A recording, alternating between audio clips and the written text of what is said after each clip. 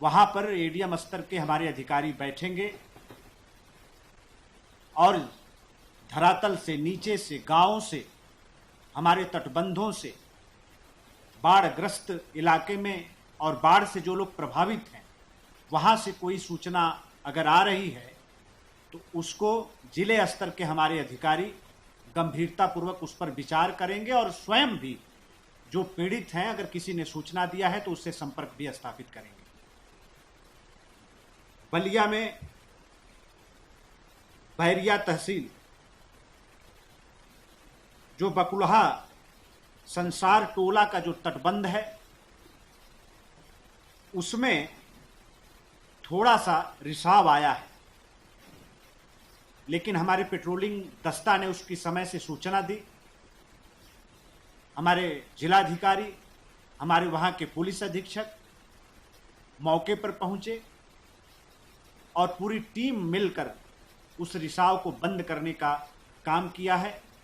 हमारे जल शक्ति विभाग के भी तमाम हमारे जेई और एक्सियन जिनको 24 घंटा वहाँ पर रहने के लिए, रुकने के लिए कहा गया है, उन सब लोगों ने मिलकर उस समस्या का निदान किया है। उसी तरीके से बैरिया तहसील में ही सुल्तानपुर, कोटवा सुल्तानपुर रिंग बांध जो है उसमें भी एकाक जगह से सीपेज की सूचना मिली है, लेकिन उस सीपेज को बंद करने के लिए वहां राहत कार्य चल रहा है। अभी कहीं कोई खतरे की स्थिति नहीं है, पूरी तरीके से स्थिति वहां भी कंट्रोल में है। साथ ही जो हम लोग बाढ़ प्रभावित क्षेत्रों में जो राहत कार्य सरकार के द्वारा चलाया जा रहा है उसमें अभी 283 शरणालयों का, प्रश्रय स्थलों का, आश्रय स्थलों का अभी उनको स्थापित किया गया है। पिछले 24 घंटे में हमारे 617 लोग अभी आश्रय स्थलों तक गए हैं। ये इस बात का स्पष्ट प्रमाण है कि अभी ऐसा कहीं कोई खतरा नहीं है। अभी लोग अपने गांव में ही, अपने घरों पर ही ज्यादा रह रहे हैं। जो पिछले 24 घंटे में जो खाद्यान्न किट का हम लोगों ने वितरण किया है वो 7,889 खाद्यान्न वितरित किया गया है और समय समय पर हमारे जो तहसील स्तर के अधिकारी हैं किटों का निरीक्षण भी कर रहे हैं। सरकार के द्वारा जो मानक स्थापित हैं उसकी भी देखरेख की जा रही है।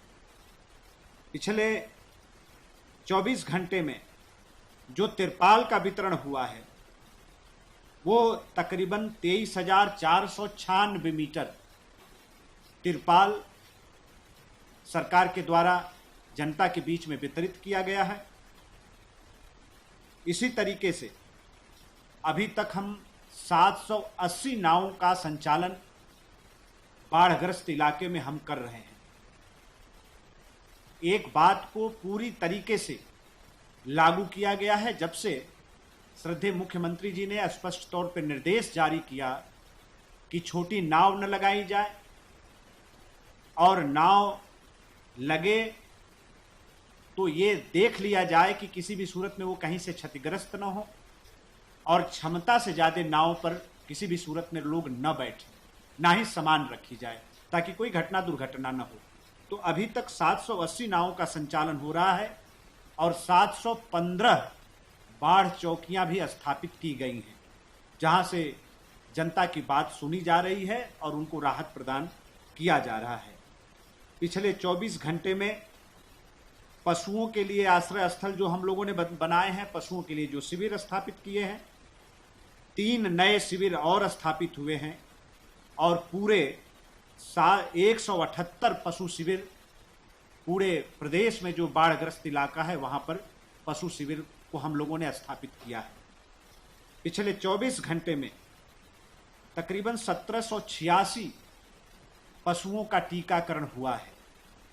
अब तक टोटल 6,10,688 पशुओं का टीकाकरण कराया जा चुका है और इसी तरीके से हमारी जो मेडिकल टीम है, जो 500 से ज़्यादा स्थापित है, वो कल कोई समस्या न आवे।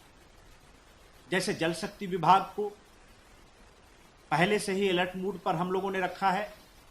पिछले बार के अनुभव से सीख लेते हुए 15 अगस्त के बाद पिछली बार पानी ज़्यादा आया नदियों में, इसलिए कल कोई समस्या पैदा न हो, इसके लिए अभी से अतिरिक्त सजगता बरती जा रही है। उसके लिए पूरे सरकारी सिस्टम को लगाया गया है। साथ ही जब पानी उतरता है तो हम लोगों ने देखा है कि बीमारियां भी पैदा होती हैं, नई नई बीमारियां आती हैं, तो उसके लिए मेडिकल टीम को भी अतिरिक्त सजगता बरतने का निर्देश श्रद्धेय मुख्यमंत्री जी की तरफ से उसको भी दिया गया है। अभी तक पिछले 24 घंटे में 1347 कुंटल जो पशुओं का चारा है उसको वितरित करने का काम हम लोगों ने किया है। इसी तरीके से हमारी एनडीआरएफ की टीम, एसडीआरएफ की टीम, पीएससी के जवान, गोरखपुर में सिविल डिफेंस के लोगों को भी, हमारे जो एनसीसी कैडेट के लोग हैं उनको भी, हमारे जो होमगार्ड्स विभाग के जवान हैं, प्रांतीय रक्षक दल के जो जवान हैं, उनको भी जहां ज़्यादा समस्या है वहां पर उनको भी लगाने का काम हो रहा है।